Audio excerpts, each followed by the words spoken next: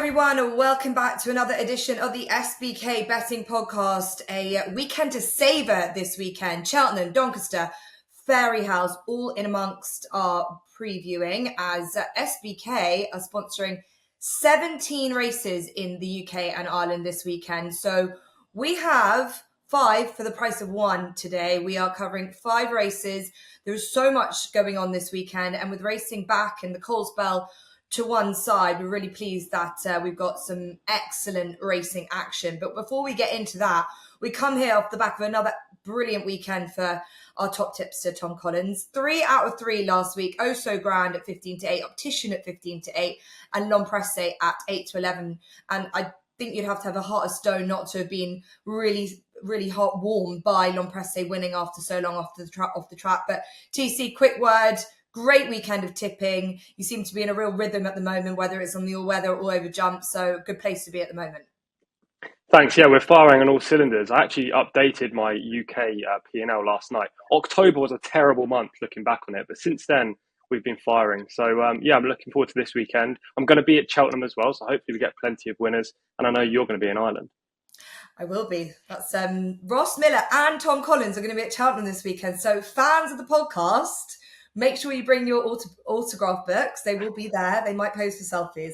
So looking forward to hearing how that falls out. And we're going to begin with Cheltenham because we have got trials weekend. And we're going to start with the Cleeve Hurdle at 3 miles at the trip over at 3:35. So the penultimate race of the day. There are plenty of races we could pick this weekend, but we're going for this one. This race won last year by the French horse Gold Tweet. And we heard this week that the French star stayer Thelem is injured, so he won't be heading Cheltenham way. Makes the sort of stayers picture look as murky as ever. And if this is a true, essentially stayers lineup, we've got time and time again, we'll always have Paisley Park. He's a 3-time winner of this race. It's really, can he continue on this sort of formidable form he is in? He's got Dasher, his old friend in the mix, a Grand National contender and winner in Noble Yates in there, and a former Grade 1 winner champ amongst others. So Ross, I suppose, as I mentioned, it is the question. Emma Lavelle has got Paisley Park in such a rich vein of form this season. Can it really continue? Because he does deserve a win after 2 such close second place finishes already this season gone. Well, the romantic says absolutely. And then you look at the form and say, why not? I mean, it is basically a case of who creaks less when they wake up in the morning, isn't it, here? I mean, it is the old boys brigade, but I love it and it's brilliant. I think Botox Has is definitely probably the most upwardly talented horse in this field, but I think he's very ground dependent, and I just don't see any forecast as the ground is going to be soft enough for him. Champ, I know is sort of as a very talented horse, but his form is normally best when fresh, and then it sort of goes downhill from there. And if he's shown his best already, there's no chance he can reverse the form, really, I don't think. Dasher Drasher was 6 lengths behind in the long walk. I don't see anything about this course setup or the ground conditions that help him change it. Strong Leader was really poor last time, never jumped a hurdle. And I know Gavin Sheehan said that was because he was in front, but it still wasn't an ideal prep. And I think he's got plenty to find. So it left me with 2, which was Noble Yates, the Grand National winner, my old favourite Paisley Park. And the more I thought about it, the more I just see a scenario where Noble Yates gets outpaced, as he did in the Gold Cup. And I know this isn't a Gold Cup quality field, but it's over hurdles and they will just go a bit quicker. And the ground is quick. And I can't help thinking that this is a prep into something else. So he's not going to be absolutely tuned to the minute, where I would level that this is Paisley Park's grand finale potentially to get the 4. He'll love the ground. I know there's had debates with plenty of people over the years that he's better on soft ground. He absolutely isn't. They said from the very beginning of his career he likes good ground. There's nothing I can see that suggests he's better on soft. He'll love this ground. He'll love this track. He comes up the hill like a train every time. I think I'm going to be there to see him win his 4th, and I'm really excited. Yeah, as said, I think if any horse deserves a victory like this, it is Paisley Park. But it's not all about the fairy tale stories, is it? And TC, we've got some really talented sorts in this mix-up. Dasher Drasher has shown to be very much suited by Cheltenham. He's been a runner-up on several occasions going up the hill.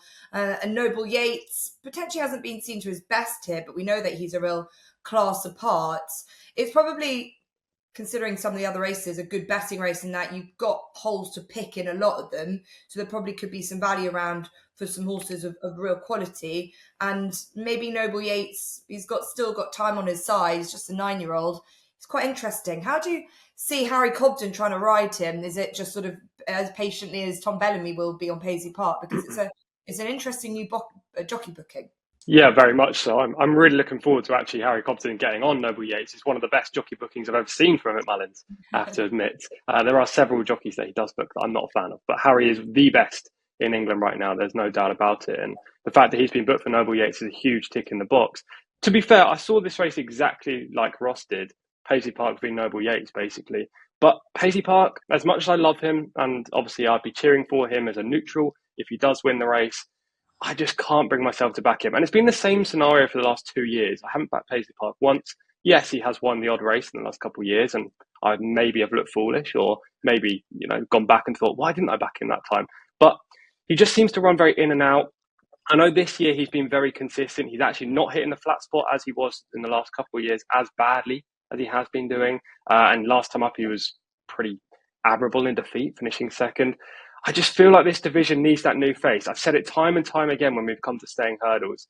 And with Noble Yates, he is kind of a new face. I know he's a 9-year-old, but his exploits over fences have kind of seen him out of this division for a long time. He's very unexposed, actually, over hurdles. If you look back through his career, he's only had a couple of runs over the smaller obstacles. So I'm going to take Noble Yates. I think he's the best and most talented horse in the race at this stage. Yes, he could get outpaced, but I think he's going to finish the strongest of all. And with Harry Cobden on board, you can just rely on him getting this horse close and into a good rhythm. So I'll take Noble Yates at the prices, Jess.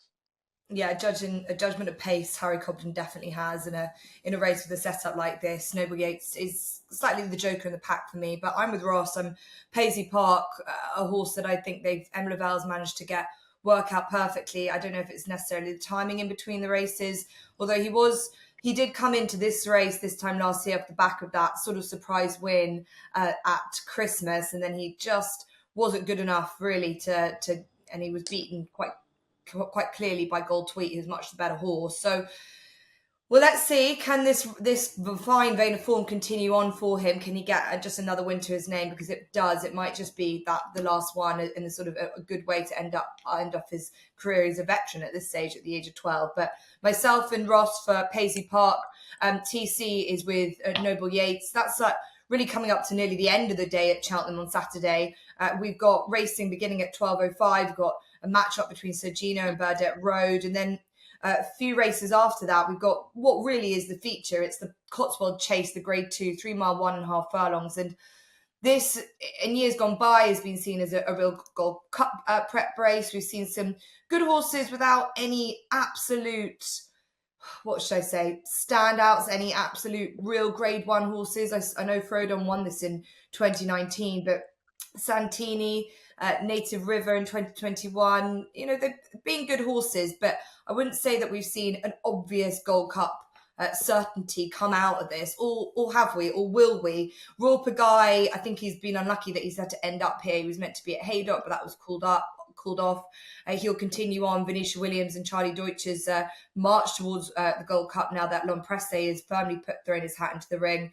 He'll head the betting likely, or will he? Stay Away Faye is just behind him from a betting perspective, the novice in the field. The Real Whack is on a bit of a comeback mission after 2 disappointing runs so far this season. Then you've got the big Hennessy winner, That's All Right Gino. Hoist and Yours really got to refine his form, and Capodanno makes up the 6 of them. Ross, let's start with Royal Pagaille, shall we? Because we know what Venetia did last week with L'Impresse, a brilliant performance, probably, you have to say, a firm Gold Cup contender. Royal Pagaille, in the context of this race, deserves to be favourite. He's going to have to do something pretty special, which we said this time last week, going into the Fleur de Lis, to be a proper Gold Cup contender. Can he even win this race, do you think? No, I don't. I don't think this is his track. I really don't. I think Haydock is his track. I've always thought soft ground was his bag. I thought it was quite interesting that the travelling head lad, after he won at Haydock, was really dismissive of whoever interviewed him and said, he's done well to win this on better ground, and firmly said this is the ground he wants. So maybe we've all got it wrong, but you've got to go on what you see with your own eyes and what you can read with your own eyes. The form book says he's at his best when he's at Haydock on soft ground. This is Cheltenham, undulating, on good ground. He's a really lovely horse, and they've clearly done well to manage him because he's obviously not easy to train. But I just can't see him for this. I think this sets up in the way it's going to be run. You've got a Hoisinor with a new jockey, which is going to go one way or other, isn't it? We're either going to realise that Derek Fox's slightly different style hasn't suited a Hoisinor and Stephen Mulqueen in a slightly more conventional style will, or we'll see that Derek Fox has been brilliant on a terrible jumper trying to organise him, and Stephen Mulqueen, with a lack of experience, isn't able to do that. He's going to be ridden forward. So is the real whacker, who's going to need to get into a rhythm, because in King George he didn't, and his race was over from about the second fence. They're both going to go forward. Royal Pagaille will be ridden forward. I can't think Stay Away Faye will be that far away. I think it'll be quite a strong pace, and I think it's going to be whoever finishes strongly. I think Stay Away Faye definitely will. I do think he's a bit of a slow horse. I don't fancy him for the Brown Advisory personally. If the ground is like this, I think there'll be a quicker horse on the day, and I think there'll be a quicker horse here. But I think he's an interesting contender. But I come back to my friend That's All Right Gino. I think he's got £5 to fine on the official weights and figures, but that's very reasonable to come. He won the Hennessy on ground. It was probably a bit more tacky than he'd like. He loves spring quick ground. This is going to ride like that. He likes this track. He's already got winning form there. He gets an extra little bit of trip and the hill.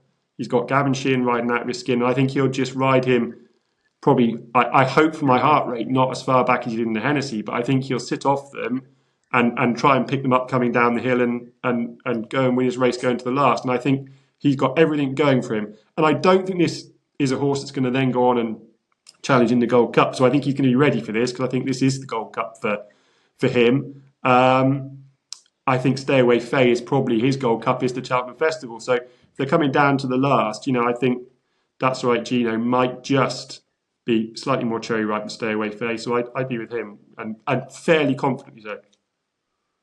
Okay, well, That's All Right Gino haven't been seen since the Hennessy, where it was his first time running over that distance. He jumped so nicely. Sometimes I wasn't too certain about his quality of jumping, but they've definitely got him to a good place now. And this is, I'd imagine, has been earmarked for some time. It's something going from a handicapper to this kind of level, but he's obviously a Grade 2 winner as a novice chaser at the end of last year. So That's All Right Gino, can he make another step up? Ross is pretty confident. TC, do you have a confident opinion about this? Ross, it seems like he does. You're shaking your head. No, obviously I've already mentioned I'm going to Cheltenham, but this is the one race I will not be betting in, despite even being on course. And I know it's the feature, so everyone's probably going, what? You've got to have a bet when you're on the course. But no, you only bet horses that you like. I don't like anything in this race, Jess. It's super trappy. Yes, the betting market is quite good for a small field, but there's a reason for that. I find it very difficult to make a strong case for any horse in this race. They just all have question marks for me. I completely agree with what Ross says about Royal Pagaille.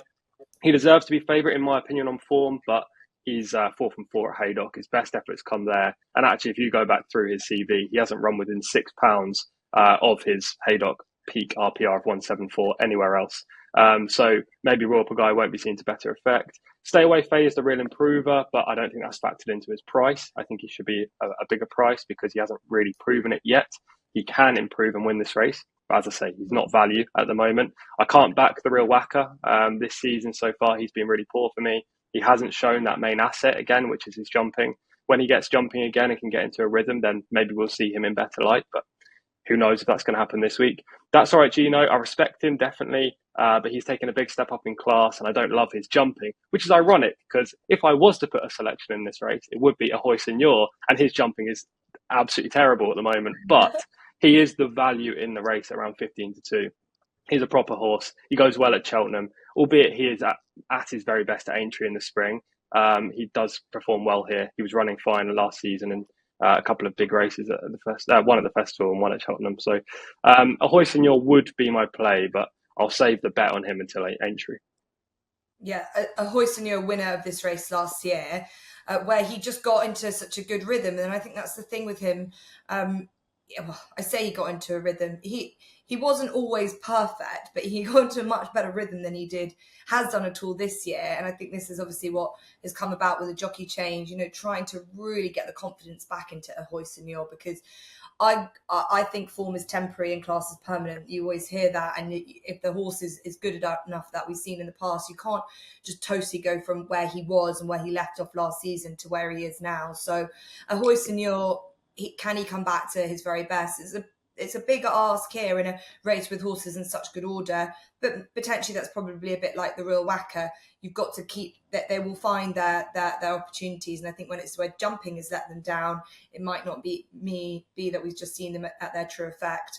Again, agree with Royal Pagaille. I've had a real soft spot for this horse for so many seasons going now, but Cheltenham can't see it to be getting out the best of him, and it's going to only get quicker. If anything, it won't get any softer. Stay Away Faith for me, just tentative selection.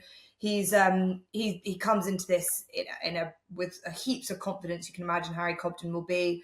He's a horse going the right way. He stays so well. It's a big ask for a novice. I tried quickly to do a search to see the last time a novice had won this race.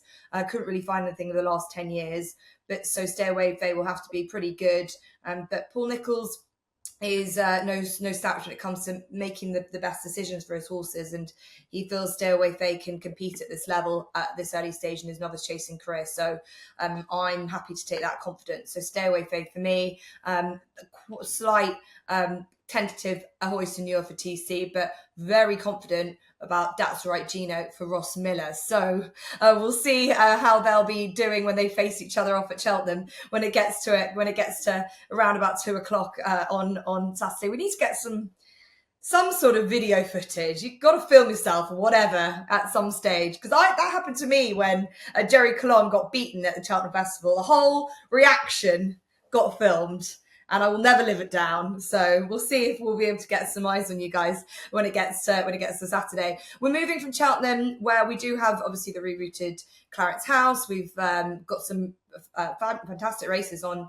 But as I said earlier in the podcast, SBK are sponsoring plenty of races, and the main bulk of them being at Doncaster. I'm really pleased that Willie Mullins is earlier on in this week had given some entries to some of his star mares, and that's what we're going to look at next. The SBK Yorkshire Rose Mares Hurdle, the grade 2, 2.5 mile a furlong, just the 6 runners in this field. And as I said, Willie Mullins dominates from a betting perspective. He's got Ashrow Diamond and Gallimus in here. Ashrow Diamond coming here back into Mares Only Company. You've got Under Control for Nicky Henderson, and some horses within this that will have to really step up from a form perspective. Outside of that, it's really generally a 3, maybe 4 horse race with 6 runners declared.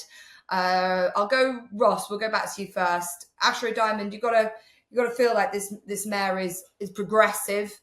She was well beaten by Hiptiopa when last seen, but Gallimus just interests me. Even though she has to give away weight, she was very, very good when she won when last seen back in May in Etatoy.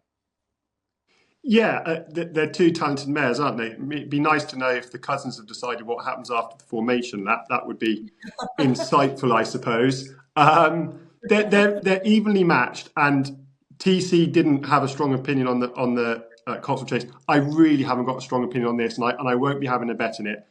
So it came down. Under Control is a horse I really like, and I'm sure she's much better than she showed last time. But I don't like the jockey booking for her. Because he doesn't know her. She's coming back off a wind-up. I think it's very difficult to put an awful lot of faith in her just bouncing back and improving to beat these 2. So my split decision came down on the fact that Ashrow Diamond has race fitness on her side, and in the Galmoy against experienced campaigners. And I thought she ran very well. T Hoopu had his absolute ultimate conditions there. I don't think those were hers. I think she's actually quite a pacey mare, and I thought she ran very well. So she's got that on her side and that experience that will have given her. Whereas Gala Massot last year, first time out, was very free at Leopardstown, if you remember. Really free. It's her first time out. She's not run for a good while. She's going to have come over. stayed in the racehorse stables overnight. There's just enough there for me that if she got lit up, you could put it down to the fact that she's gone away and it's all been a bit too much for her. And I think in a race where the margins probably are that fine, I would go with Ashroe Diamond, but I won't be scuttling off to the tote to have a bet across the TV at the other track. Yeah, I get I totally get your thoughts there about Galamasso and how keen she could be. I do think she has been a filly in the past that's gone well fresh, but it will be a lot for Danny Mullins, who knows the mare well, to try and keep her settled against Astro Diamond, who seems a little bit more straightforward. TC, any firm opinions? Yeah, Patrick Mullins will just tell Danny not to go by. Astro Diamond for me. I just think she's the best in the race. She's already proven that she's a bona fide Grade 1 performer. I like the drop back in trip. She was placed in the Grade 1 Royal Bond over this kind of distance before. And I know she's been running over further, but this will prove no problem. And I agree with what Ross said about Gala Marceau just being super keen. So Astro Diamond and Patrick Mullins to get one over again on Danny. What I would just add, Jess, is I know that the owner said Gala Marceau is his best horse, and I was a bit disappointed to hear that because she'd get a mark after this. I think she'd be really interested in the Coral Trophy, up in trip, back at Cheltenham, if she didn't go to the mares. So I'll just throw that in there as an aside before we move on. Yeah, I did hear that on Nick Lutt's podcast this week, and they said that they'd be going up to Doncaster as opposed to anywhere else, didn't they? And rating about 146, I can see that she has here, which is I'd say it's high enough for a mare that's obviously, well, it's high, but it's not. You'd imagine a Grade 1 winning horse would have a rating in the 150s, wouldn't you? But Exactly. you would say, her being a mare, that they would be keen to get as much black type in her name. So, well, it just depends on how the cookie crumbles and what Willie Mullins decides. We know it's always Willie Mullins' decisions at the end of the day. And Danny Mullins in the plate. And one thing I would say is that the application of the hood has helped her. She was very, very free early days. She seems to manage her keen going into good effect. She did at a toy. I slightly question why it's taken so long for her to get back. I think that she is actually better over a little bit further. It's again a race that I'm not having a huge opinion on, but I think again just slightly edging it just because of the prices. I will go with Galamasso, but I do see what Tom and Ross are saying about her just being too keen and it maybe just being her downfall here. Right, that's the SBK Yorkshire Rose Mares Hurdle at Doncaster. Not a massive betting field to it, but the next race that SBK is sponsoring is, and that's the SBK Great Yorkshire Chase. So looking forward to this. We will see it coming up at 3:15 at Doncaster on Saturday. 18 runners have been declared. And from a betting perspective, it's as open as you want. 10-1 the field at present, probably because these horses have been slightly laid out for it. Forward Plan comes into this off a good racing weight. Anthony Honeyball's had a very good season indeed.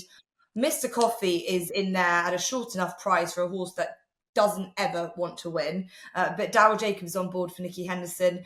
Note that Nico de Boinville's out of action this weekend. He's been stood down after that collarbone injury has put him out of action again. So James Bowen is on all the Nicky Henderson horses at Cheltenham. So Darryl Jacob on Mr. Coffee. You've got the likes of Surrey Quest, Sweet Willen here. Captain Nord sneaks in off a very low weight indeed for a horse that hasn't really been at his best, but might just be handicapped to go well in this. Okay, I'll go to Tom first because, as I said, no strong opinions of the race before. This one's got a better betting feel, and I think we've got horses at suitably priced for a great big handicap chase.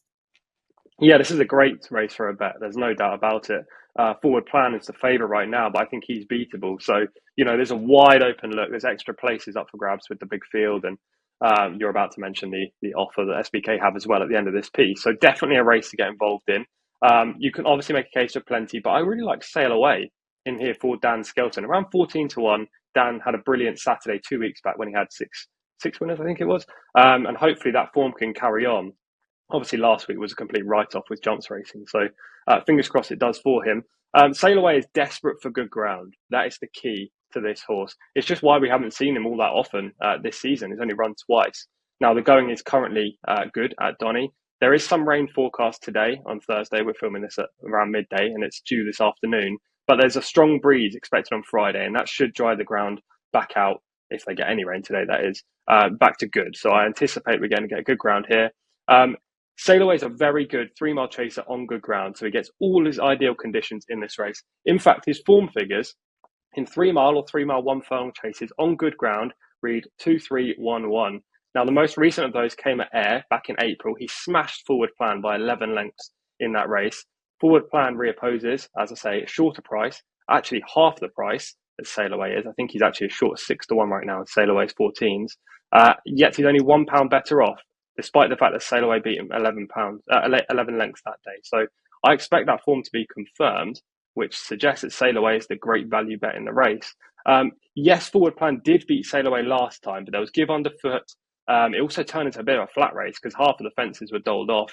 It just wouldn't have been ideal for Sail Away, whose main asset is his powerful and accurate jumping. So I think this is the right spot for him. 14-1 is a good each way price. Okay, Sail Away, yeah, and to continue on just a brilliant 2024 so far for Dan Skelton and Tristan Durrell, who was on board, if I'm not wrong, the Lanzarote Hurdle winner. And yes, you're right, there's a 25% winnings boost for SBK customers on this race with a max bet of £10. So 25% winnings boost if your horse goes in. So that'll be some feat if Sail Away can do it for you if you're with TC. A good case for him and not a bad profile. A lot of weight though with 11.8, and there's some horses slightly creeping into it with a slightly better handicap mark. Let's hope that Ross has found something at a lovely big price for us. I was really keen on Captain Ord. I thought he's had a profile from the back of last spring, really, of a typical Christian Williams job, getting them back down to a mark they can be competitive off. He's been entered up plenty of times and taken out. And I think they really want to get good ground and a track he's got good format, which Doncaster certainly offers him. But he's not a very well-kept secret anymore. And I just don't think his price, by the time this goes out and declarations have come down, is going to reflect value. So I think he's a very likely winner. But a horse that I think will still offer value is Can Do Kid for Paul Nicholls and Lorcan Williams. Lorcan Williams, I think, is probably one of the most improved riders in my mind this year. I thought often last year he looked a bit desperate. And you can understand it, can't you? Because they get so little chances when you're riding for Paul Nicholls and you've got Harry Cobden and Bryony Frost, that when you get your chance, you want to get everything right and you end up forcing things. Whereas this year, he's picked up a lot of rides from Jeremy Scott. I think that perhaps takes the pressure off. He's ridden some really nice races for Jeremy Scott and he just looks more composed and more professional. I think he's a really good rider. Can Do Kid, I really liked how he finished at Ascot behind JLo last time. You see a lot of times that people will say that horse finished strongly to run into a place. And actually what happened was the ones that had won the race were slowing down because they'd exerted themselves a little bit earlier in the race. That wasn't the case with JLo. He galloped all the way to the line, but you watch Can Do Kid back and he really gets his head down, opens his stride up and gallops right the way through the line over 2 miles 3. I think he's been crying out for 3 miles. He's nicely handicapped on all of his good placed form and his winning form. I think this trip, this ground will really suit him, particularly given that Famous Bridge, who's in at favourite at the moment or nearly favourite, just cannot see that this 3 mile trip on good ground is going to provide anywhere near the stamina test that he's shown this season that he's needed. For all that, I think he's a talented staying chase. So I'm not sure this is going to be enough of a staying test for him. So it's Can Do Kid for me. Yeah, I agree with that with Lorcan. He did so well as a conditional, and it's always difficult when you transition over. Still getting plenty of opportunities for Paul Nicholls, and this looks like a nice one for Can Do Kid, who's been a bit of a runner-up, but has been a runner-up to some nice horses like JLo, Gallup Chasse, and yeah, I think he was a deserved winner against Ferrero Bamboo, and that horse made a bit of a mistake, but I think he was always gaining on him. So Can Do Kid and. That point on Captain Ord, it's difficult to go away from all those points, but Christian Williams, for whatever reason, it's been tough going indeed. You would want to see at least a handful of maybe midweek winners or just low profile winners at least, but to have no winners, I think, from all of December all of January. I don't think there was one in November either. So it's hard when you're hoping, just confidence in the yard it's sort of lacking there. So that puts a slight doubt in my mind that Captain Ord, even if he is well handicapped, is really in the got the right sort of frame of mind from a yard perspective, and that the horses are where that they want them to be. I am keen on a horse in here, Two Shots of Tequila, which runs in the race where a lot of these horses coming into this did. Sail Away was just behind him. Forward Plan was the winner of the race. This was at Doncaster in December. Mr. Coffee was in the race. Was Still in the Dark was in the race. It's nearly the same race again. But Forward Plan had a lovely racing weight that day, and he's up a bit without being overly penalised for it. So no surprise he'll be at the top of the betting here. But Two Shots of Tequila was really staying on well when ridden by Brian Hughes, who went off favourite that day. He's still a pretty unexposed chaser. He won at Doncaster last year over this kind of ground and this trip.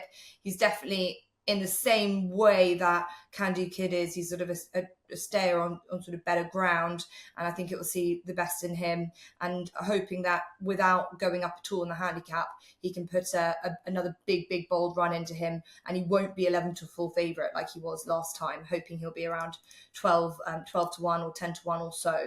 So that is the SBK Great Yorkshire Handicap Chase, and as mentioned, a 25% winnings boost with a max bet of £10 in that race. So I'm hoping that we found the winner for you there. We then will move on to Fairyhouse, as there are more SBK sponsored races over in Ireland. Continue on the sequence that SBK are building up over in Ireland, and it's the SBK Solerina Mares Novice Hurdle, a race that has been won by the likes of Ashrow Diamond, who appears this weekend, and Allegory Devassi, Lorena, Honeysuckle, some very good race mares in the past. So do we have one of that ilk in here? Willie Mullins has 4, including the impressive Jade de Grugy, who won over the Christmas period.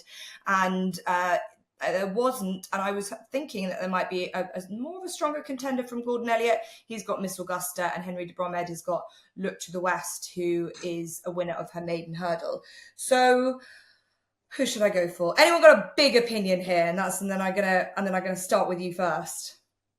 Why not? I'll do it, because I know your opinions are roughly the same. So I'll go first. Why not?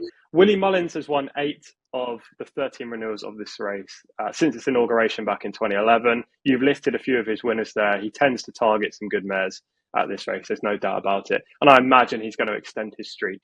You just have to decipher which of the 4 is the best. I don't love the jockey bookings for any of the horses. I think they're all a bit all over the place. But my selection is going to be Jade de Grugy. I think she's the mare to beat. We don't have prices, or at least I haven't seen any prices while we're recording this. So who knows what she's going to be. I think she's going to be pretty short. I could be wrong. And if I am, then she'll be a decent bet for me. This daughter of Dr. Dino surged clear of her rivals in an AQPS contest that came back in October in France before joining Willie Mullins, for whom she made a really impressive winning debut under rules. Both the second and the third are very highly regarded. She destroyed them without being asked for maximum effort. And on that evidence, to me, she looked like a proper graded horse, maybe even grade 1. Interesting they've put her in here against 3 stable companions and not run her in a race by herself. Interesting that Brian Hayes is on board, but hopefully she'll get the job done for my sake. I know you don't want that, though. Yeah, I'm going to try and keep impartial here. But Jade de Grugy, also, you've got to get a lot of confidence in the fact that Willie Mullins wanted to put her against the boys first time out. There are a lot of mares only maidens, and then to give her that option over the Christmas period at Leopardstown and do what she did against the boys, you have to be taken by that. She's got the profile. She's done what she did in France. She's got a lovely pedigree. And yeah, Willie Mullins doesn't have a mass amount of jockeys available, considering he's got runners at Doncaster and Paul Townends at Cheltenham. So hence why there's a bit of an amalgamation of them. Jade de Grugy, I'd expect to be favourite here in this race. And it's a bit about what about the rest of them, Ross? We've seen in the past, especially this year, the Lauders of Naas Novice Hurdle showed us that we shouldn't underestimate any of the outsiders of Willie Mullins. And Reading Tommy Wrong was the 18 to 1 4th best of the lot when it came to that race, and he went and won the Grade 1. What do you make of the other Willie Mullins horses, or the other horses in general? And what do you make of Jade de Grugy and TC's case? I agree with TC in terms of the jockey bookings. For me, Michael O'Sullivan is of the four jockeys the one you'd like to see next to your horse's name. Reading Tommy wrong, yes, he was the outsider, but when you look back through it, he knew how to win. The two outsiders of Willie's that I see here, Pink in the Park, for example, they aren't habitual winners. They seem to have found their level, and their level suggests they're below this. So I think it is down to Jade de Grugy and Judisus Alain, which I hope I've pronounced correctly. No. Jade de Grugy was really impressive, but it came down to me that Adrian Heskin rode Judisus Alain last time. I thought he gave her far too much to do, and I thought it was her speed actually that won her the race. If you read it in the form book, stayed on strongly over 2 mile 4, the drop back to 2 mile 2 wouldn't necessarily suggest that it would suit. But for me, it was speed that won her the race. I thought she was given a lot to do on desperate ground. I think she'd be interesting back on better ground by Great Pretender. The ones I've come across tend to like better ground. So I thought she was interesting, and he does at least know her, and hopefully won't give her so much to do this time. Whereas for Brian Hayes, he's not often giving horses with good chances, prominent, swashbuckling, front-running rides and kicking clear a long way out like Paul Townend does, because Paul Townend has got such a backlog of experience doing that. It does take a bit of judgment knowing when you can go, and also going early enough if that's how your horse needs to be ridden. And I think maybe Jade de Grugy is the more confirmed stout stayer of the two. Your horse is perhaps a little bit quicker, in my opinion. So I just think the fact that Aiden's ridden her before gives him a bit of an advantage over Brian. And so I'd go with your horse and hope that the colours behind you gets the post first. Thank you. And I have to say, Judisus Alain, who knows? We don't know. I call her Philly. That makes it easier. Look, Adrian Heskin on board, Judisus Alain again. I would agree that he got her into a little bit of a pocket and she motored home. We had nearly turned off the TV before the final hurdle. I couldn't really believe our eyes when we saw what she did. I think she's come forward from it. I was really taken by a video which I'll put up on my social media, or maybe I already have, of her working under Rachel Blackmore last week, and she's just got a real high level cruising speed. She's a lovely filly to see work, and it will be very interesting to see how she steps up into this level. Jade de Grugy has to be the one to beat. I think tactically, hopefully they'll go off quick enough and there won't be masses of hiding places, and see who can really stay out strongly. A penny 100 shouldn't be overlooked. Obviously, second to Jataro, who's gone on to win again subsequently. And she's got a top jockey booking, in my opinion, of Michael O'Sullivan on board. So I'm going to put more faith into Judisus Alain, who was picked out, as I did alert, as a horse to follow from the Irish horses to follow guide that I put up. So fingers crossed she can carry on. This is another 25% winnings boost race for SBK customers, again with a max bet of £10. So you could either be with Jade de Grugy and TC, or myself and Ross, hoping that Judisus Alain can give us a nice day at Fairyhouse on Saturday, where I will be. Right, we were rattled through 5 races, and that isn't just all of them. Obviously, as mentioned, SBK is sponsoring 17 races in the UK and Ireland this weekend. We have got so many other horses running, including the likes of Jericho de Repine. We have got John Bon. We've got Burdett Road. It's a lot to take in. So we do have Naps and Next Best selections, and they might not necessarily be from those obvious bigger graded races. They could even be from the all-weather. TC, it's over to you. You're rolling through it week by week. What have you got for us this Saturday? Yeah, my next best was going to be at Kempton, but unfortunately he wasn't declared. So we don't have an all-weather selection this week, which I'm sure the people in the comments will be fuming about. They love those all-weather picks. Jericho de Repine, I do want to win as well on Antipodes for the Supreme, as you probably know if you watch the Antipodes pod. But I don't want to be one of those Twitter guys that's all like, oh, Jericho de Repine. So I'm not going to put him up. My nap is going to be Gidley Park in the Fortet at Cheltenham. And I apologise to Ross for stealing his thunder in advance. This is a grade 2. Classic Novices Hurdle. This horse is just really smart. He's the best horse in the race. He's a short price, around 4 to 5 right now. Was 7 to 4 a couple of days ago when the prices first came out. that's long gone, unfortunately. He beat a subsequent Grade 1 place performer on his bumper debut at Chepstow, hacked up in both his hurdling outings. I loved how he powered clear last time, firmly on the bridle at Newbury.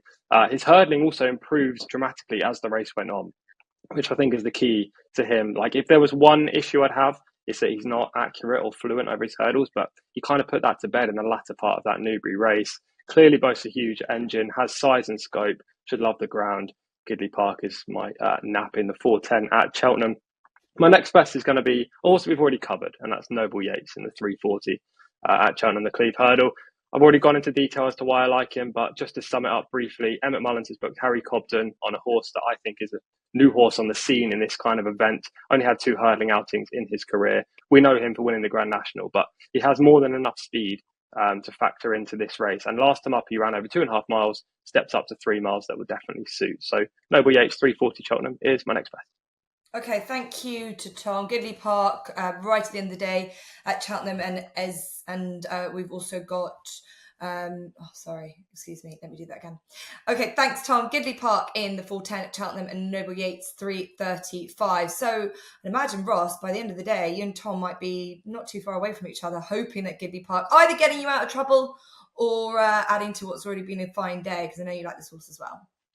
Yeah, we'll either be in the bar celebrating or we'll be in the bus queue searching in our pockets for coins to get home, won't we? Gidley Park, I just love him. There's plenty of good horses, but he's just a horse that's really catching my imagination. I like what he's done. I think he doesn't know how good he is. He hasn't really had a race yet. I think in this slightly better race, you'll see him go even better. I think going uphill for the start will perhaps help his jumping, get him on his hocks a little bit and off his head. I think he's made for the hill. The way he lengthened clear at Newbury suggested if you stuck a hill in front of him, he'd really enjoy that. He was good round Exeter. He looks, or has looked, an uncomplicated ride. He maybe got a bit keen for the mid part of the race last time, but for me, that just showed how far clear he was of the remainder. So my nap is Gidley Park in the 410. And then my next best comes in the 1240 at Cheltenham. And it's the Alan King trained S Perfecto, who I actually saw win his sole point to point. It's really quite a striking horse. He's been plagued by injuries, but he's undoubtedly talented. He gets a £15 pull with Ginny's Destiny for his second place at Cheltenham back at the start of the season. He was fortunate to finish second because John Drew Neal's horse came down when challenging. But a £15 pull for 10 lengths, I think, is a fair sort of weight pull, especially given that I think Ginny's Destiny is not going to be so well suited by this good ground and has probably got bigger targets on the horizon come the spring festivals. And he also gets a £6 pull for just 2 lengths with Blow Your Wad, who beat him at Kempton. And I just don't see that Kempton would be the sort of track that would suit S Perfecto on good ground. It's quite a quick track. He's more of a stayer, I think. So I thought this trip would suit him. He gets plenty of weight. He's off the bottom weight with Gavin Sheehan on board, who can do no wrong at the moment, as we all know. So the next best in the 1240 is S Perfecto. Fine. S Perfecto, 1240 at Cheltenham, and Gidley Park to end off the day for Ross. That's the nap. So lots at Cheltenham to follow in, and mine are coming from Cheltenham as well. I'm going to be quite brave. I'm taking on the hype horse of this season, Burdett Road, and I'm going with Sergino in the 1205, a horse that I was really taken with when seeing him win at Kempton first out. He couldn't have done anything more, really. Maybe his jumping could have been improved, but I'll take confidence that they probably brushed up on that. He beat a horse in Royal Way, who I was at Ludlow to see win really comprehensively. A lovely big son of Galloway, that horse. And I think that the form's stacking up well. He was a winner at a toy, so he'll like going back round this way. And I just don't think that, yes, Harry Cobden, Burdett Road, James Owen, they've got this brilliant thing going, and he's been nothing but exceptional in the last two runs that we've seen. But I think Sergino could be overlooked at the prices just based on what Burdett Road's done, and maybe he's just been flattered by the form. I might be eating my words, but I think that Sergino is a class act, and hoping that the side Gino's going to have a really good day. Obviously we've got That's All Right Gino for Ross in in the Cotswold Chase. And my next best is Victorino in the 1:15, a horse of Venetia Williams's, who was essentially shrewdly bought out of France, had run one run over hurdles, and then since switching back to chases has looked very well handicapped indeed. He's won twice. Probably wasn't at his best last time, looked a little bit awkward, just didn't really meet a lot of his fences on the perfect stride. Again, he might be a horse that might just like coming back around to a track like Cheltenham. It's another step up for him. It's a big, deep competitive race. The likes of Il Ridoto will take them on well out in front, and it's a lot tougher than what he's shown. But I think this horse is done a lot over a short amount of time, and he's still a young horse, and Venetia Williams in great form. So Victorino is my next best. That's the 1:15 at Cheltenham to go with the nap Sergino in the 12:05. So that is it. We can take a breath. 5 races covered. Naps and next best. If we don't have a winner from that, then we might have to go and sit in a dark room for a little bit. So good luck to Ross and TC for Saturday at Cheltenham. Enjoy your day. Let's hope we get a lot of content out of that. I'll be at Fairyhouse either in a great mood or in a terrible one. So I don't know if anyone wants to see that at all. But we'll be back next week to review what's happened. Don't forget, all new SBK users get £30 in free bets when you sign up and bet £10 for the first time. Head to SBK for lots of other offers and promotions, which include the 25% winning boost for the SBK Great Yorkshire Chase and the SBK Solerina. So that's it. We will see you next week.